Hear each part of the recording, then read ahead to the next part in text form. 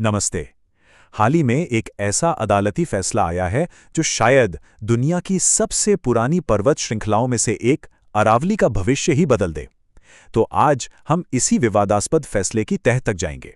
सोचिए, क्या ऐसा हो सकता है कि एक पूरी की पूरी प्राचीन पर्वत श्रृंखला का लगभग 90% हिस्सा अपनी कानूनी सुरक्षा ही खो दे? सुनने में ये भले ही अजीब लगे, लेकिन ये हकीकत बनने के बहुत करीब है। चलिए समझते हैं कि ये सब हो कैसे रहा है। जी हाँ, 90%। कोई छोटी मोटी बात नहीं है ये। एक नए अदालती फैसले की वजह से इतना बड़ा इलाका असुरक्षित हो सकता है। असल में ये आंकड़ा ही इस पूरे विवाद की जड़ है। तो सवाल ये है कि हम इस मोड़ पर पहुंचे कैसे।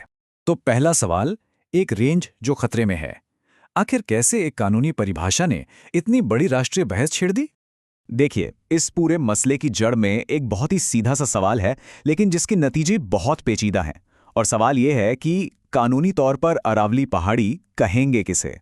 दरअसल माइनिंग और कंस्ट्रक्शन जैसी गतिविधियों को काबू में रखने के लिए इस रेंज को कानूनी तौर पर परिभाषित करना जरूरी हो गया था, और बस यहीं से सारा हंगामा शुरू हुआ।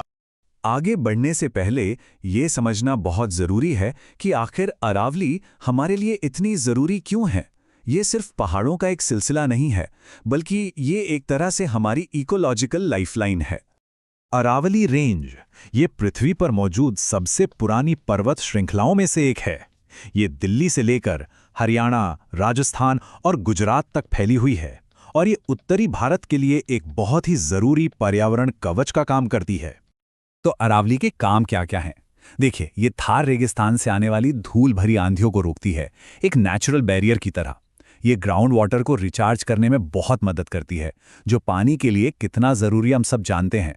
और हाँ, ये अनगिनत वन्य जीवों का घर भी है। मतलब कुल मिलाकर ये इस पूरे इलाके के पर्यावरण का संतुलन बनाए रखने के लिए बहुत बहुत जरूरी है। और अब आते हैं कहानी के सबसे बड़े टर्निंग पॉइंट पर, सुप्रीम कोर्ट का वो नया नियम जिसे 100 मीटर रूल कहा जा रहा है। देखिए, मामला यह है कि सालों से कोई एक जैसी कानूनी परिभाषा थी ही नहीं।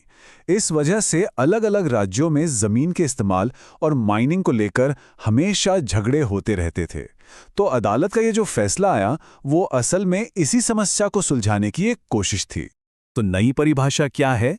नवंबर 2025 से ये लागू होगी, और इसके हिसाब से किसी भी जमीन के हिस्से को कानूनी तौर पर अरावली पहाड़ी तभी माना जाएगा जब वो अपने आसपास के इलाके से कम 100 मीटर या उससे ज्यादा ऊंचा हो।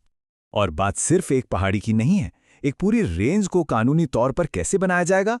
पहला कदम, एक ऐसी पहाड़ी ढूंढो जो 100 मीटर से ऊंची हो। दूसरा, उसके 500 मीटर के अंदर ही एक और 100 मीटर से ऊंची पहाड़ी मिलनी चाहिए। अगर ऐसा होता है तो इन दोनों पहाड़ियों को मिलाकर कानूनी तौर पर एक रेंज माना जाएगा। अब आते हैं इस बहस के असली मुद्दे पर।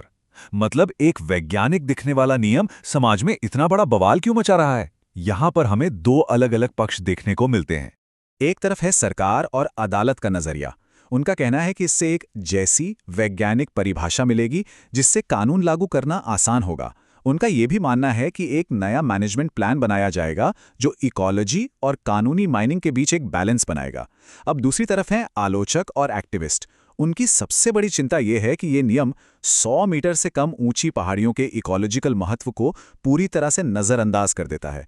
उन्हें डर है कि इससे लगभग 90% रेंज माइनिंग और कंस्ट्रक्शन के लिए खुल जाएगी, जिससे हवा की क्वालिटी, पानी की सुरक्षा और बायोडायवर्सिटी सबको खतरा होगा। आलोचकों की चिंता को एक राजनीतिक नेता के इस बयान से समझा जा सकता है। उन्होंने इस नई परिभाषा को पारिस्थितिक विनाश का निमंत्रण कहा है। ये बयान अपने आप में बताता है कि मामला कितना गंभीर है। तो ये कानूनी बहस सिर्फ कोर्ट रूम तक ही सीमित नहीं है, जैसा मैंने पहले कहा। इसका असर यानी कि इसका रिपल इफेक्ट हम सब पर पड़ने वाला है। चलिए देखते हैं कैसे। तो एक्सपर्ट्स क्या चेतावनी दे रहे हैं? उनका कहना है कि नतीजे काफी गंभीर हो सकते हैं। अगर छोटी पहाड़ियां हट गईं तो धूल भरी आंधियों को रोकने वाला बैरियर खत्म हो जाएगा, जिससे रेगिस्तान और बढ़ेगा। उत्तरी भारत में हवा की क्वालिटी और खराब हो सकती है, ग्राउंड वाटर रिचार्ज कम होगा, पानी की किल्लत बढ़ेगी, और ना जाने कितने जंगली जानवरों के घर उजड़ जाएंगे। ये सब असल खतरे हैं, कोई कल्पना नहीं। तो लब्बो-लुबाब यह है कि ये सिर्फ कोई टेक्निकल मामला नहीं है। ये एक ऐसा फैसला है जिसका असर उत्तरी भारत के पूरे पर्यावरण पर बहुत बड़ा और शायद हमेशा के लिए पड़ सकता है। और आखिर में ये सब हमें एक बहुत बड़े सवाल पर लाकर खड़ा कर देता है। जब हम कुदरत को यानी प्रकृति को परिभाषाओं में बांधने की कोशिश करते हैं तो हमें वो लकीर आखिर खींचनी कहाँ चाहिए, इस पर सोचना बहुत ज़रूरी है।